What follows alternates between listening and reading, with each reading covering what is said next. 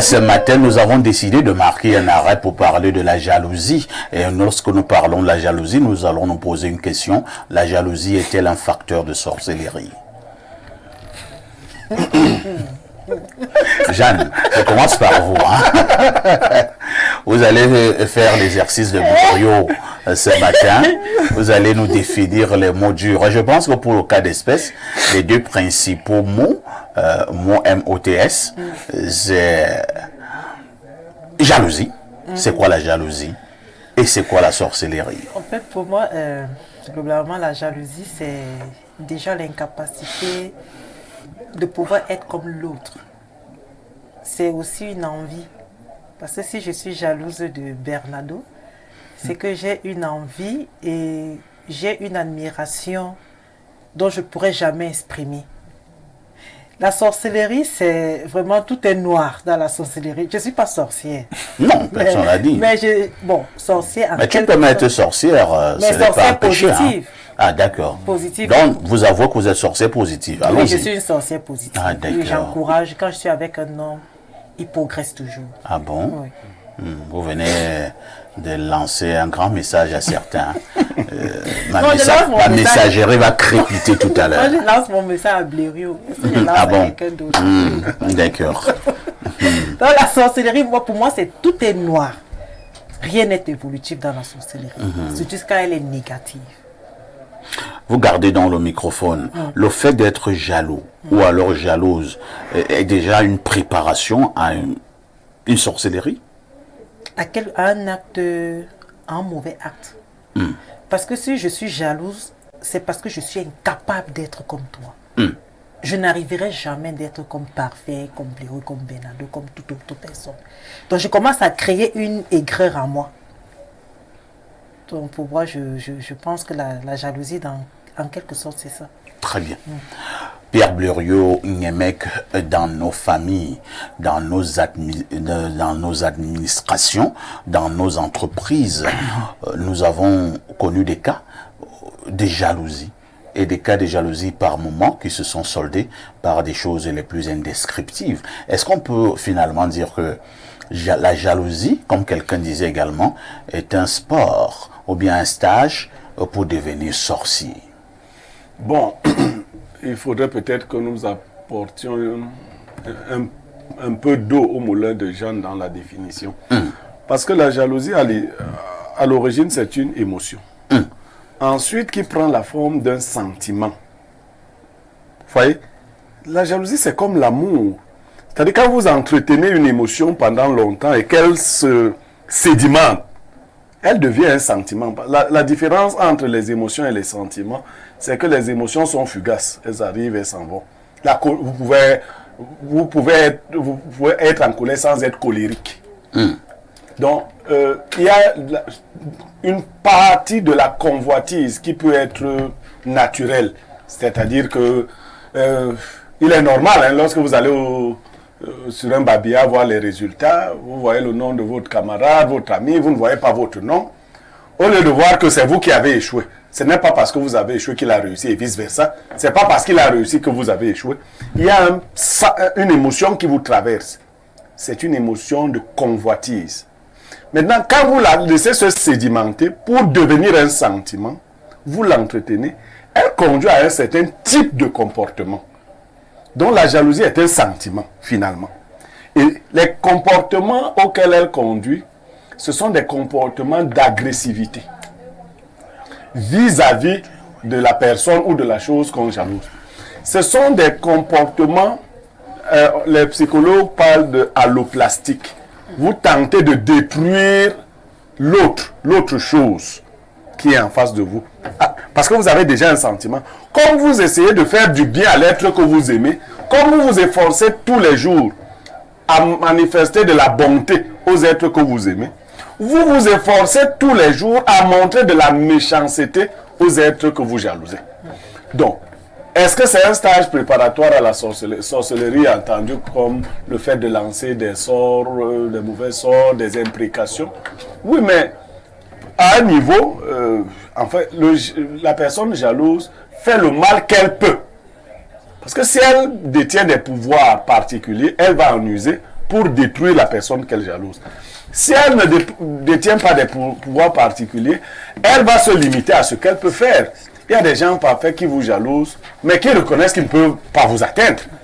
Vous ne ressentirez pas leur jalousie comme celle de ceux qui peuvent vous atteindre.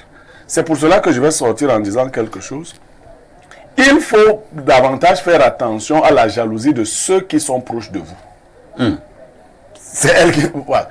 Bon, par exemple, les gens qui écrivent sur Facebook ou sur WhatsApp et tout ça pour insulter Niamey, bon, ça ne peut pas avoir un grand effet.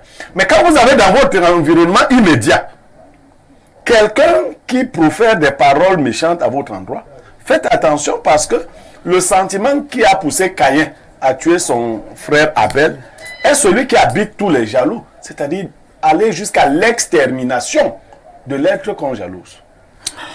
Merci.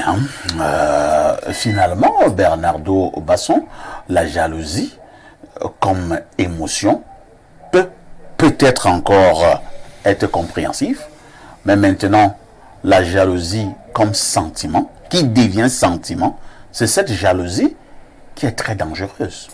Je suis quand même un peu surpris. Je savais, monsieur Nyomeke est intelligent, mais il n'est pas psychologue. Sauf que là, il a touché un aspect. Il a même ouvert une porte, il ne l'a juste pas enfoncée. À la vérité, peut-être il est important qu'on fasse définitivement le schisme entre les émotions, les sentiments et les sensations. Il faut bien d'abord commencer par là. Alors, l'émotion est ce qu'on appelle souvent l'état d'esprit. Le sentiment, l'état d'âme. L'émotion naît subitement et s'achève subitement. Exemple, la joie. Tu as eu le bac. Tu lèves les mains. La joie vient. La seconde après, tu peux être triste. Hein. Vous voyez? Donc là, c'est l'émotion. Le sentiment, lui, il vient progressivement après cristallisation de plusieurs émotions. Il est donc plus lent. Il s'achève également plus lentement. Exemple, la haine, la jalousie. Donc la jalousie n'est plus une émotion. Au niveau de l'émotion, il y a la convoitise, il y a l'envie, il y a le rejet, il y a le sentiment de comparaison. L'émotion, c'est ça qui sont des émotions préalables à la jalousie. Quand ça se sédimente, ça devient cristallisé, on est donc dans le sentiment de jalousie. La jalousie, parfait ici, est un état mental caractérisé particulièrement par la baisse d'estime de soi. Donc, on est tellement bas dans l'estime propre qu'on veut projeter cette bassesse sur autrui en le rendant responsable de ce qui nous rend malheureux. C'est comme ça que le jaloux voit les choses. C'est que si je n'ai pas ça, c'est toi. Pourquoi tu as ça et pas moi? Pourquoi tu peux faire ça et pas moi? Pourquoi tes enfants dans la vie progressent et pas moi? Ça commence d'abord par une espèce de haine, de rejet de ce que l'autre a, et puis ça devient la jalousie. Il faut bien le comprendre. Les sensations, c'est tout ce qui est perçu par les organes de sens. Chaleur, fraîcheur, tout ce que vous imaginez. Ça, c'est un préalable. Maintenant, la jalousie est une antichambre à la sorcellerie. Pourquoi? Parce que la jalousie crée des conséquences. Mais d'où est-ce qu'elle part? Parfait ici, elle part du système de pensée. La pensée crée les émotions créent les actions créent les habitudes. Lorsque dans votre schéma de pensée, vous voyez la vie comme un système de comparaison dans lequel on vous a éduqué en vous disant battez-vous contre tel, vérifiez ce que l'autre fait, ça crée un schéma de pensée qui vous oblige à développer des émotions négatives. Ces émotions vont créer des actions comme par exemple l'empoisonnement, comme par exemple le commérage, la médisance et autres. Les habitudes, c'est qu'on devient quelqu'un de méchant. Vous voyez? Donc, à la vérité, les jaloux qui ne font pas de la sorcellerie sont ceux qui ne savent pas où elle se trouve. Le vrai jaloux... Donc, le vrai jaloux est sorcier. Il est sorcier. Le vrai jaloux est prêt à tuer. Parfait, ici. Il n'y a pas de plus grande sorcellerie que celle qui est faite par vos proches qui pensent du mal de vous ou disent du mal de vous. C'est la plus haute sphère de magie, de mauvaise magie. C'est-à-dire, votre frère est là, il vous regarde, mais il vous envie à tel point qu'il est prêt à en découdre avec vous. Ça, c'est un très haut niveau de magie. Ça, les jaloux sont particulièrement dangereux et ils sont extrêmement nombreux. Mais comme c'est un sentiment et que ce n'est pas une émotion, il peut être dissimulé ce sentiment, alors que l'émotion, elle est vive, vous voyez. Quelqu'un peut vous jalouser, vous ne le savez même pas. Il rit avec vous, il vous donne même souvent des présents.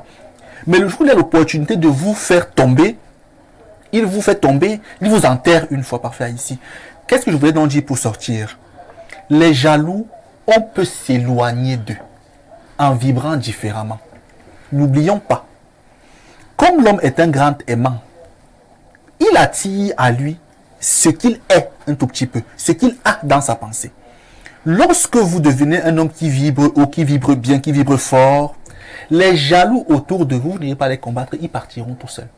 Parce qu'ils se rendront compte que vous êtes inaccessible. Ils vont essayer à un moment donné, et puis la nature, comme elle est parfaite, va vous éloigner progressivement de... Vous pourrez changer d'entreprise, vous pourrez changer de quartier, vous pourrez changer de femme, parce que justement, vous avez peut-être une femme qui a un frère qui vous jalouse.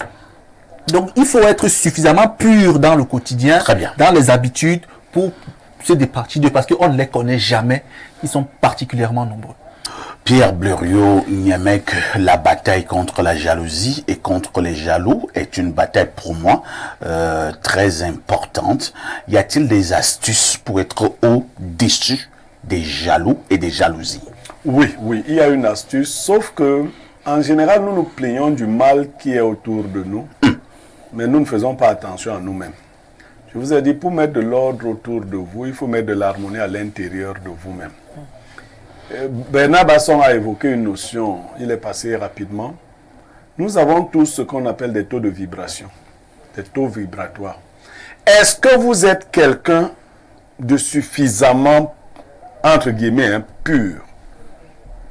Quand vous l'êtes, vous ne pensez pas du mal des gens du tout. Vous êtes totalement content de voir les autres, ce que les autres deviennent. Il y a une citation que les élèves de terminale adorent, elle est de Antoine de Saint-Exupéry. Oui. Être un homme, c'est précisément être responsable. C'est connaître la honte en face d'une misère qui ne semblait pas dépendre de soi. C'est être fier d'une victoire que les camarades ont remportée. On combat, quelqu'un a écrit ici que nous sommes tous jaloux. Non. On apprend à ne pas être jaloux parce qu'au niveau de l'émotion, ces émotions nous traversent tous. Il y a des techniques, vous apprenez à cultiver le contentement. Et c'est les parents qui doivent commencer à enseigner ça à leurs enfants. Ça s'enseigne dans les petites choses. Quand vous avez acheté un vêtement à l'un de vos enfants, moi j'en ai 15, observe l'attitude des autres. Quand vos enfants sont revenus avec leur bulletin, ils n'ont pas eu la même note. Observez, vous les parents, l'attitude de chaque enfant vis-à-vis des notes de son frère. Et commencez à leur enseigner le contentement.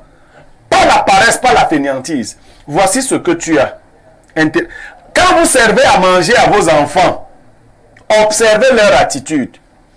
Vous servez la cuisse de poulet à tel, vous servez, je ne sais pas, l'aile à tel autre. L'individu qui veut commencer à développer la jalousie veut manger la cuisse, mais il s'intéresse aussi à l'aile. Un autre vous estime qu'on aurait pu changer, lui donner l'aile et donner la cuisse à son frère. Tout ça, c'est des choses que auxquelles les parents ne prêtent pas attention. Et les parents ne parlent pas à leurs enfants. Eux-mêmes, très souvent, n'ont pas les outils. Vous parlez de jalousie en polygamie, mais c'est dans les menus détails que vous observez. On ira jusqu'à vous dire dans les menus détails, tu as fait telle chose pour telle.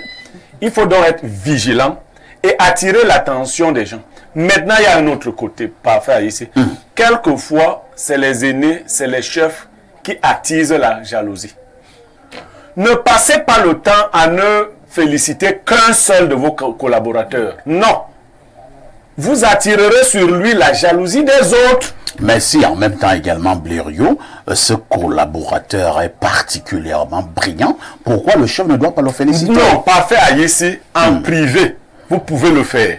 Mais vous voyez, je veux vous prendre l'exemple d'un grand manager, de monsieur qu'on appelle Dieudonné Vin. Vous avez observé comment, quand il parle à ses collaborateurs, quand il a fini de dire tout le bien qu'il pense d'un tel, il dit aussi tout le bien. Oui, vous pensez que si vous faites une réunion de 2 heures de temps, vous passez le temps à dire seulement que c'est à ici. Les autres, les vont sortir de là étant confortables. On m'a dit que bon, si c'est comme ça, moi je peux avoir la télé là, ici seul. Non, vous voyez, il faut avoir du temps. Les parents même attisent souvent la jalousie entre leurs enfants. Quand toi tu arrives, tu changes dans cette maison, c'est toi vraiment l'enfant qu'il me fallait à tout prix avoir. Donc les autres, il ne fallait pas les avoir. Voilà, nos bouches nous condamnent. Il faut avoir du tact pour ne... Parce que c'est une émotion, on l'a dit, qui nous traverse. Maintenant, vous qui réussissez, entre guillemets, dans la vie, sachez que c'est naturel que les autres vous envient. Sachez-le. Ne leur en mettez pas trop plein la figure. On peut s'éviter la jalousie, hein? Tout à fait. On peut s'éviter la jalousie. Vous savez, moi, quand j'invite les gens chez moi, déjà, je n'invite pas tout le monde chez moi, pour commencer. C'est un principe. Parce que je suis sûr qu'un tel qui me regardait d'une telle manière, s'il arrive chez moi, va changer sa manière de me regarder. Et ce n'est pas toujours en ta faveur. Mon père m'a d'ailleurs donné un conseil. Il m'a dit que ta maison n'est pas un musée. Pour que les gens viennent visiter. Bon, évitez aux autres. Parce que ce n'est pas tout le monde qui a de la hauteur. Je pouvais rendre hommage en public ici à Parfait Haïssi. Les gens ne savent pas. J'ai passé un moment avec Parfait Haïssi. Et il faut que je le dise en télévision. J'avais beaucoup d'argent. Je dis alors beaucoup d'argent. Je le confirme. Et Parfait Haïssi était avec moi. Les gens ont même commencé à lui dire que l'argent de Niemerla n'est pas bien. N'est pas bien. Il est dans les lots. Il est dans les... Toi-même fais attention. Toi-même fais attention. Je dis ça ici. Parce qu'il y en a qui ne savent pas. Mais Parfait a su garder de mes amis la hauteur nécessaire. Sans jamais me dire, Parfait m'a accompagné dans beaucoup de choses. Qui prenaient beaucoup d'argent. Mais vous voyez, une fois même, je suis allé acheter un bien foncier. Oui. Et l'une de mes épouses voulait mettre son nom. Parce qu'on avait oublié les cartes. Je lui ai dit que maman, c'est encore mieux que je mette le nom d'Haïssi. Comment je vais mettre ton nom, hein? Parce que tu m'as amené dans ta ville ici. Non. Vous avez des gens et c'est exceptionnel. Je lui rends cet hommage. Parce que voir à côté de vous quelqu'un qui manipule les biens. Bon, je n'étais pas très dur non plus. Oh, oui. Mais c'est vrai que tu ne donnais pas aussi beaucoup. Non, je ne donnais pas. Non, ce que je... Et là, c'est un exemple de compersion. Puisque Bernardo, quand on finissait, Blériot a fait des dépenses dans l'ordre de plus de 5 millions. Bon, quand on se sépare, peut-être 100 000. Non, parfait, non. Et je disais, tu cibles pas bien. Non, mais ce que Bernardo a évoqué un concept, la compersion. Ouais. Et ça, j'ai vu ça en vous. Tout à fait, tout à fait. Comment on est content de voir un frère réussir? Et ce sentiment de jalousie n'est jamais... Beaucoup m'ont quitté, même ma propre famille, aujourd'hui, elle est divisée. Voilà. Parce que j'ai eu un frère consanguin hyper jaloux. Donc, vous ne pouvez pas empêcher les autres de penser que soit ce qui vous arrive est miraculeux. Ainsi. Très bien. Donc, il faut élever son taux vibratoire. Il faut cultiver le contentement parce que la roue tourne. Merci. Hein.